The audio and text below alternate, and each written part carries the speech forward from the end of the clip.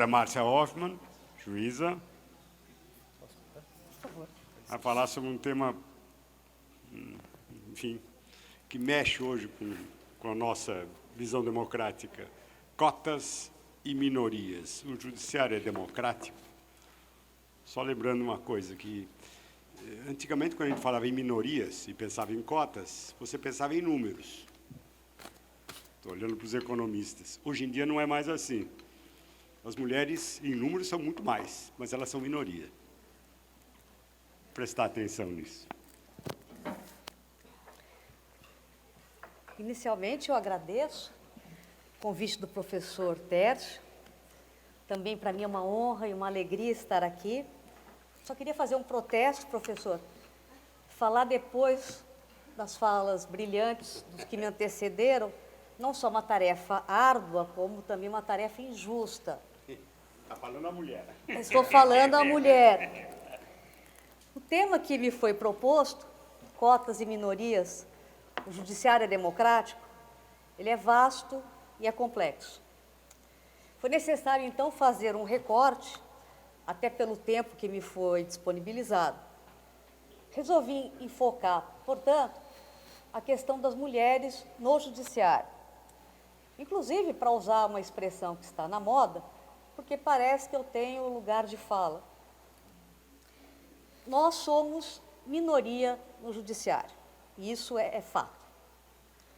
Para ser sincera, até bem pouco tempo eu não dava muita importância à representação feminina em número de corpos físicos, biológicos, porque no plano simbólico ela sempre me pareceu óbvia. O ser humano habita o símbolo e, simbolicamente, a justiça é feminina. Temis, Nêmesis e de quê? As deusas gregas são figuras femininas.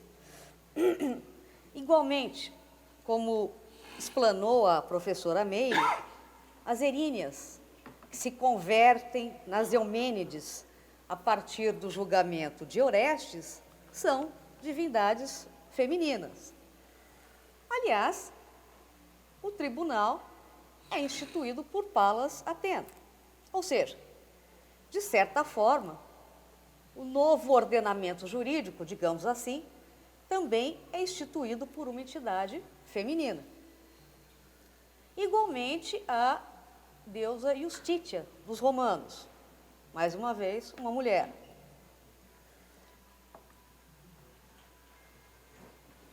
Para os egípcios, a justiça, mais uma vez, está associada a uma figura feminina, Mahat, cujo nome deu origem à palavra magistrado. Num outro registro, a carta número 8 do tarô, que é considerado um arcano maior, traz a justiça, novamente representada por uma mulher. Em suma, com base nesses registros, a justiça, inequivocamente, é uma divindade feminina.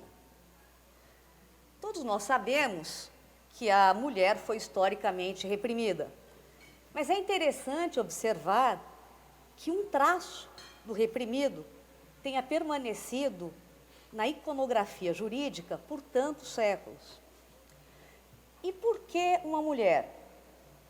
Já fiz essa pergunta ao professor Tércio, numa outra ocasião, e nós chegamos a debater na época, mas não concluímos, ou pelo menos não chegamos a uma conclusão definitiva.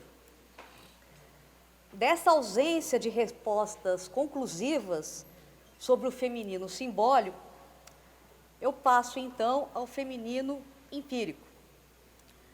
O CNJ fez duas grandes pesquisas sobre o perfil sociodemográfico dos magistrados brasileiros. Uma em 2013 e outra neste ano, 2018. Comparando os números das duas pesquisas, pode-se dizer, grosso modo, que o juiz brasileiro continua sendo homem, branco, católico e pai. De acordo com o relatório deste ano, 2018, nós mulheres representamos 38% da magistratura, ou seja, somos de fato minoria. Embora, segundo o IBGE, nós mulheres somos a maioria da população. A maior proporção, isso eu até esperava, está na Justiça do Trabalho, 47%. A Justiça Estadual vem na sequência com 36%. E, para minha grande surpresa, por último, vem a Justiça Federal com 32%. O relatório do CNJ ainda mostra que, quanto mais alto o cargo, menor o número de mulheres. 44% das juízas substitutas, ou seja, o maior número está no início da carreira. 39% das juízas titulares. 23% das desembargadoras e 16% das ministras. Como todos sabem, no Supremo Tribunal Federal, apenas 2 ministras. O relatório também mostra que houve uma queda na representatividade entre as mulheres que ingressaram na carreira a partir de 2011. De 41%, a proporção caiu para 37%. A partir desses dados do CNJ, eu gostaria de fazer algumas ponderações. Apenas no registro zetético, professor, nem um pouco dogmático. Em primeiro lugar, acerca do decréscimo de mulheres no início da carreira, ou seja, há um número menor de mulheres querendo ser juízas. Muitos atribuem esse fato à dupla jornada, ou seja, nós somos juízas, mas temos que cozinhar, cuidar da casa, dos filhos, etc. e tal. Eu tenho sérias dúvidas se esse argumento se sustenta empiricamente, pois não há registros de que as duplas jornadas tenham aumentado de alguns anos para cá. Existe um outro fator, a meu ver, que deveria ser levado em conta. A carreira, ela é massacrante. É extremamente difícil ser juíza, esposa, mãe, dona de casa, acadêmica, professora, cheirosa e de unhas bem feitas. Ao mesmo tempo.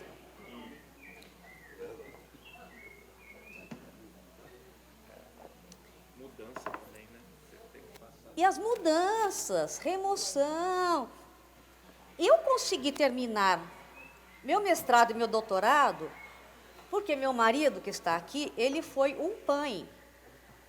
Ele cuidou das nossas filhas enquanto eu estudava. Mesmo assim, isso só foi possível porque eu já era titular em São Paulo. Porque se eu tivesse que me remover, andar, no caso da terceira região, São Paulo e Mato Grosso do Sul, seria impossível. Talvez, eu digo, não tenho certeza, mas talvez mulheres profissionais do direito estejam começando a questionar se querem mesmo esse estilo de vida. E na terceira região, eu falo da carreira federal, nós ainda temos que escolher entre São Paulo e Mato Grosso do Sul, mas na primeira região é Acre, Rondônia, Roraima, Amazonas. Não é fácil. Uma juíza federal, inclusive, a Fabiola, morreu. Ela estava indo num avião, chegou no Amazonas, o avião explodiu, enfim. Corre risco de vida, ou risco de morte, né? Enfim. São situações complicadas. Camille Paglia, que é uma autora extremamente controvertida, mas que eu acho muito instigante, ela diz que a segunda onda do feminismo, por volta dos anos 60, foi muito bem sucedida em abrir oportunidades de carreira para as mulheres, mas que nesse processo ela tendeu a menosprezar os papéis de mãe e esposa. Camille Paglia sugere que a sociedade contemporânea talvez esteja recuperando modelos que a maioria das mulheres, no fundo, valoriza. De acordo com Paglia, não podemos mais idolatrar esse protótipo idealizado da mulher profissional implacável indo para o trabalho com a sua maleta.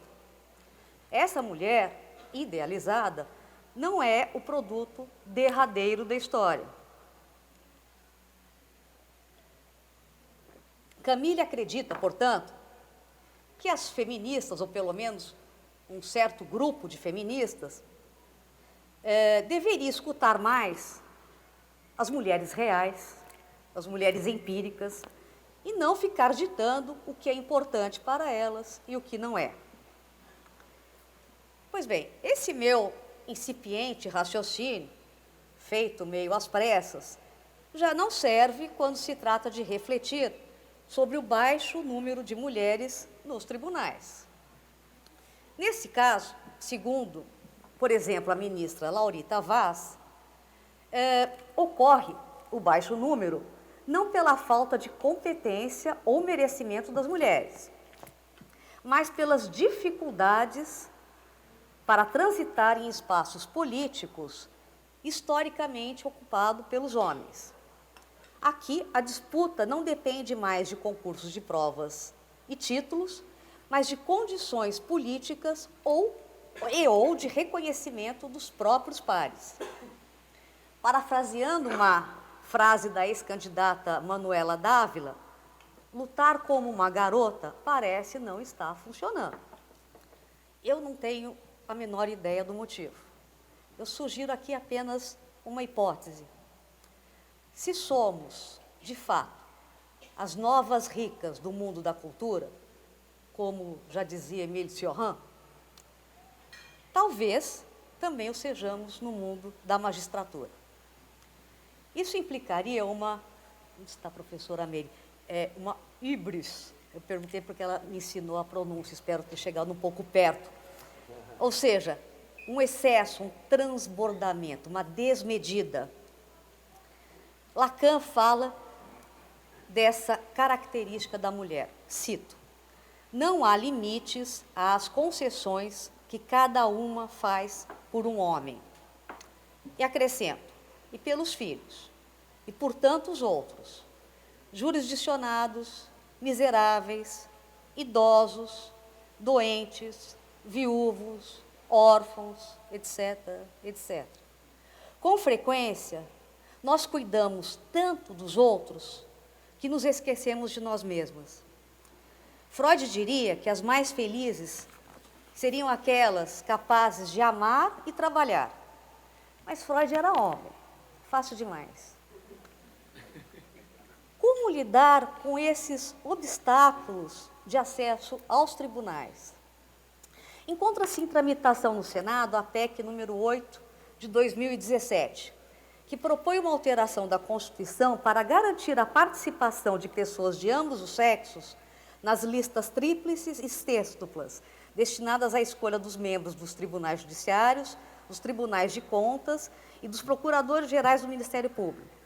No momento, está na Comissão de Constituição, Justiça e Cidadania, aguardando designação do relator. Sinceramente, eu não sei como a maioria das juízas reagiria à possibilidade de criação desse sistema de cotas femininas na magistratura, porque eu acho que é disso, no fundo, que se trata. Neste ano, por exemplo, só para tentar sondar uma possível reação, o Conselho Nacional do Ministério Público anunciou o lançamento de um projeto com o objetivo de analisar a desigualdade nas relações de poder entre homens e mulheres dentro do Ministério Público. Isso foi em março. Diante desse anúncio, dezenas de promotoras, procuradoras de justiça e procuradoras da República lançaram um manifesto público em repúdio a tal projeto. E a argumentação dessas profissionais é interessante. Isso foi publicado em todos os jornais. Elas disseram que se sentiam constrangidas com a possibilidade de criação de qualquer privilégio. A expressão utilizada, na verdade, foi vergonha indisfarçável. Cito: como se não tivéssemos as mesmas condições mentais dos demais colegas para alcançar cargos de poder do nosso interesse. É uma outra ordem de argumentação. Já caminhando para o final, eu admito que não apresentei nenhuma resposta à pergunta que me foi sugerida pelo professor Tércio. A rigor, quando não estou no exercício das minhas funções jurisdicionais, tendo muito mais para a filosofia do que para o direito. E sendo assim, concluo com uma justificativa meio matreira. A filosofia, afinal, não é necessariamente marcada mais pela dúvida e pela incerteza. Muito obrigada.